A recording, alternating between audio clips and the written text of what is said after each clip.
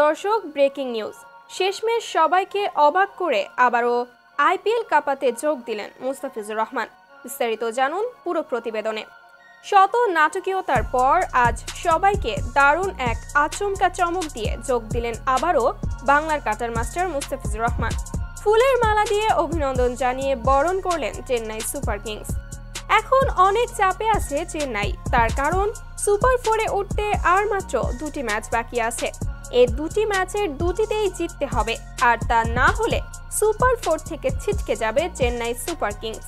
আর সেজন্যই দর্শক, দলকে আরও শক্তিশালী করতে শেষমেশ আবারও নতুন করে মুস্তাফিজকে মাত্র 2টি ম্যাচের জন্য 5 কোটি টাকা দিয়ে আবারও শত নাটকীয়তার পর সবাইকে আচমকা চমক দিয়ে দলে ফেরালো চেন্নাই মুস্তাফিজুর রহমানকে। এছাড়াও যদিও সুপার 4 খেলার নিশ্চিত করে ফেলে, তাহলে ফিজকে আগামী আরও 2 বছরের জন্য চুক্তিবদ্ধ করবে মুস্তাফিজের সঙ্গে চেন্নাই সুপার কিংস।